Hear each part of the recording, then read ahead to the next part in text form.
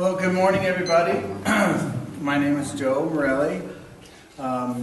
Getting to be one of the long hairs in the TRP group here. It feels good. This is going on my third year, so nice to be presenting again. As you know, I've had a couple of little challenges personally, so we're going to get an older version. You probably haven't seen this presentation of the PowerPoint recently. So we keep you on top of your roof. There's certain things you don't want on your roof. This was our storm right here in Wheat Ridge in 2009. That's when I got into the hail and roof restoration business. That actually was right on Ralston Road, right off the I-70 freeway. And that tree, the interesting thing about it, it was the hole that the tree was uprooted from was a good 25 feet in this direction. So wind, weather, it's just a matter of degree to what will destroy anything physically. We had this recent hailstorm, which I'm concentrating on in Littleton, which had quarter-size hail. If it goes up a micron from there, the magnitude of damage is a lot worse. Proper wind.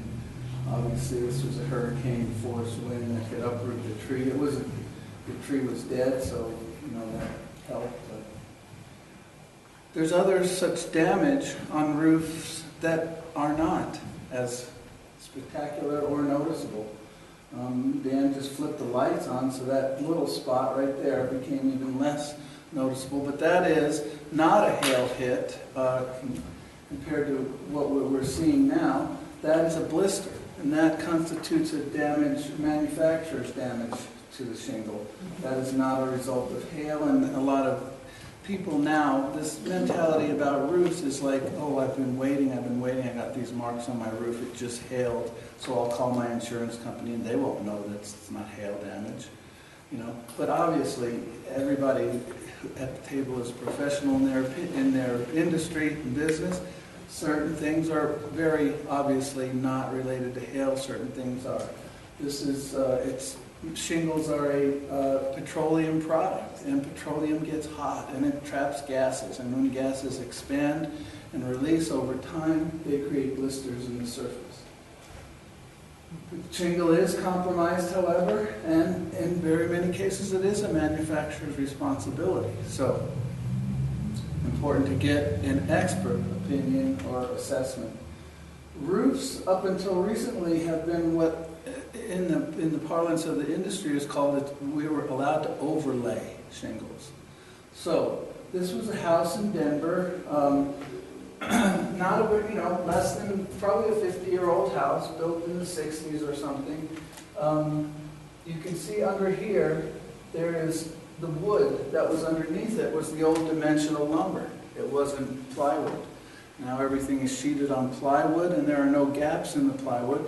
It's not actually plywood, it's OSB, which is a chip board made of chips and glue, but it is monolithic. It covers. Whereas the old roofing material, which was a lot better, the dimensional lumber, it had those gaps in it. And those gaps are something that over time change.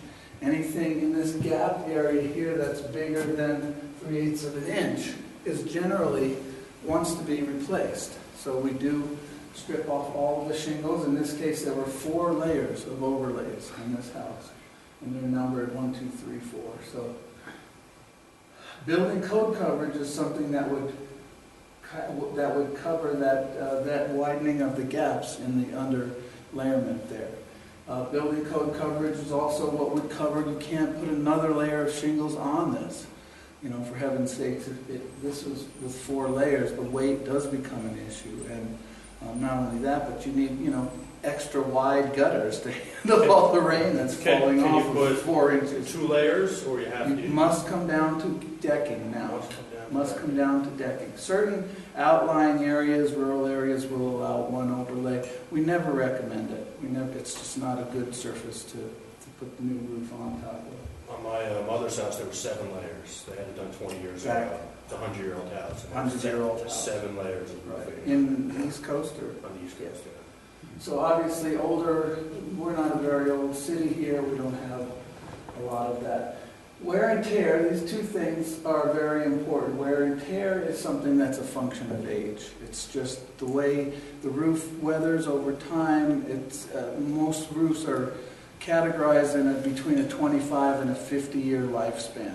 And that's kind of subjective. It's just a way to sell different products that are more design forward, that are more heavy-duty materials.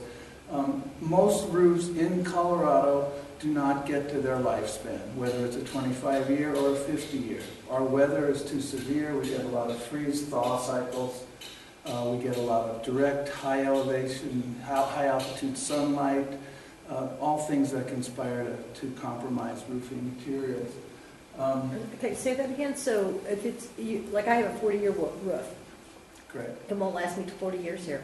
Chances are, statistically, you're going to have a hail event, you're going to have wind damage, you're going to have normal wear and tear that will cause you to get a roof replaced sooner than that 40-year estimation.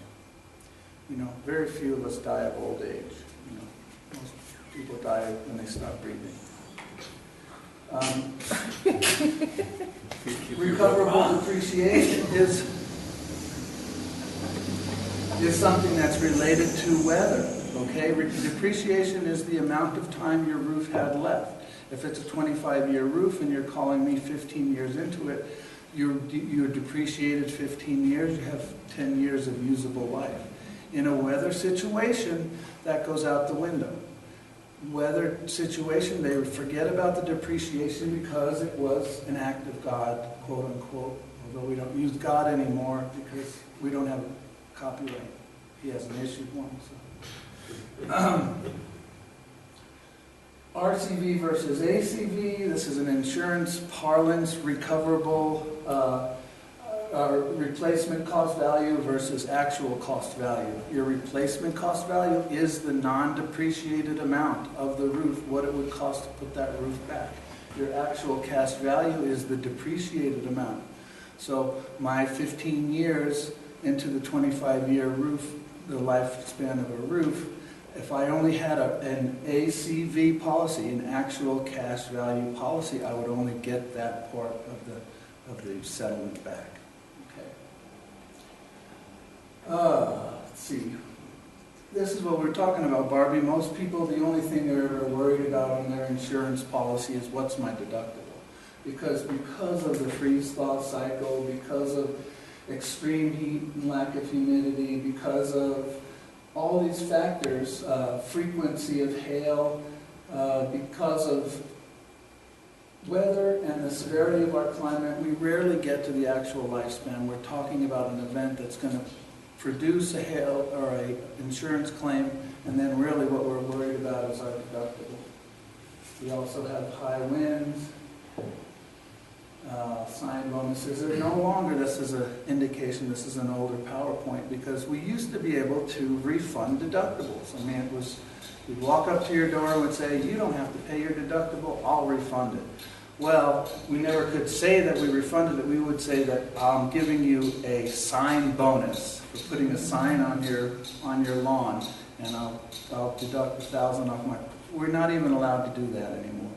I mean, and I'm finding when I've gone to route to, you know, I'm working strictly on referrals in this whole hailstorm. I have not had to knock on one door, and I have probably 70 roofs on my roster to do between now and the end of the year.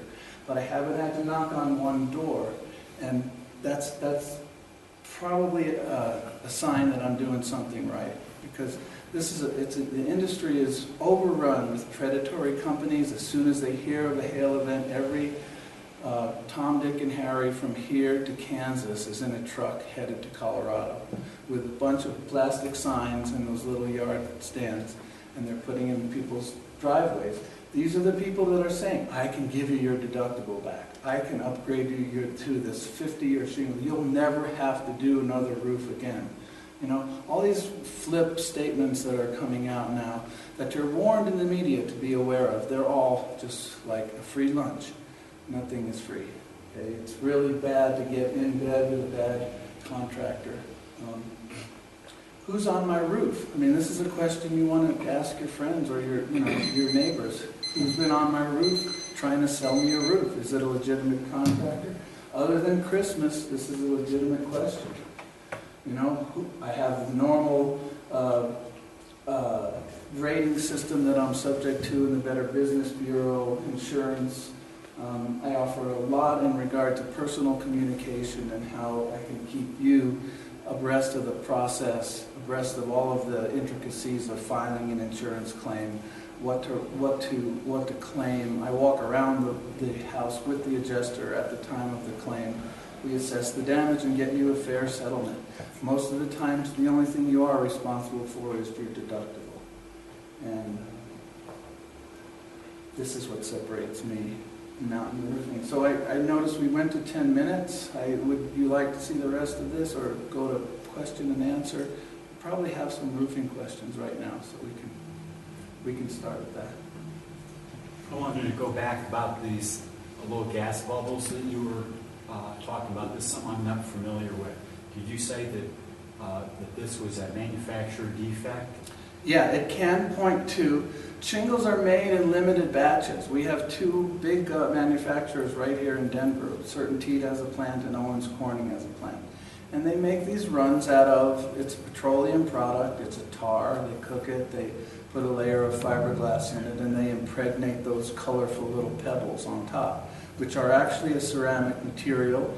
The covering on those is fired.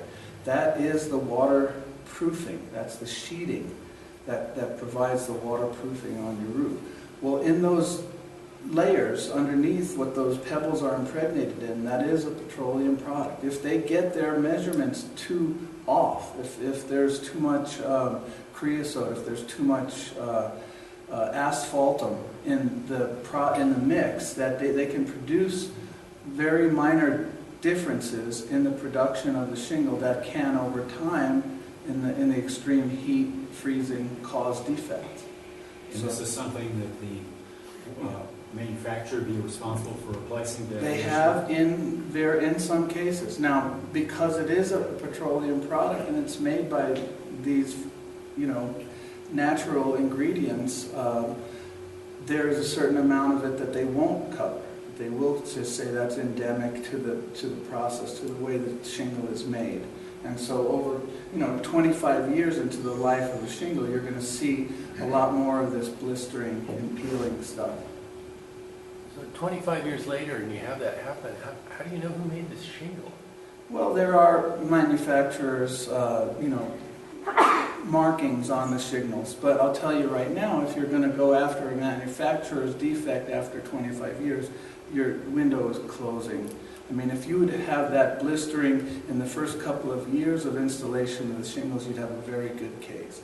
Like I'm saying, if you had it in the last 5 years of a 25-year roof life, you'd have a much harder case to prove that the manufacturer would stand behind it. Joe, so there's like a variety of different kinds of shingles that you can install in your home, right? It doesn't have to be asphalt or whatever that is made out of. Which one would be best for Colorado? Well, all of what's called shingles, there's shake shingles, which are the natural wood product.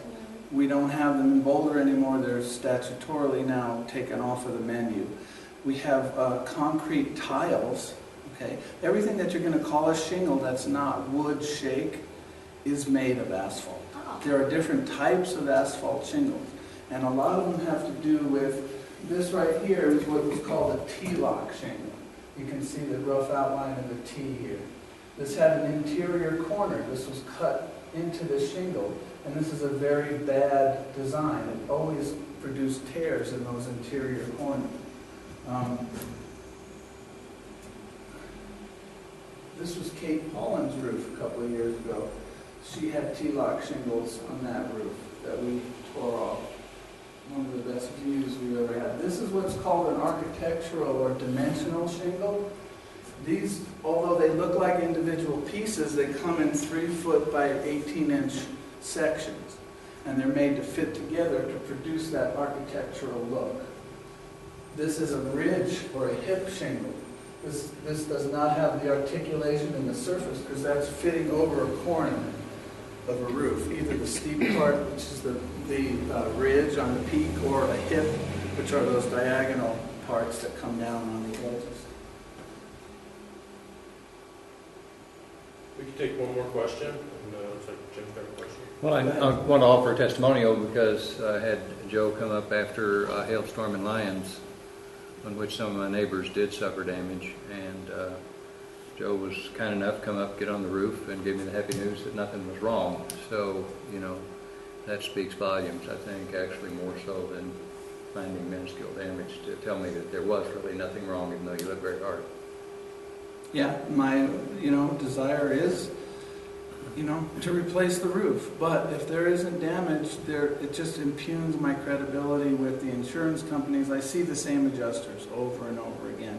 If I go up there and try to say, prove a point that's not there, obviously, that what is that going to do to my standing with him and his company and my clients and everyone? So, Joe Morelli, Mountain Roofing, everyone together. We do. Good job.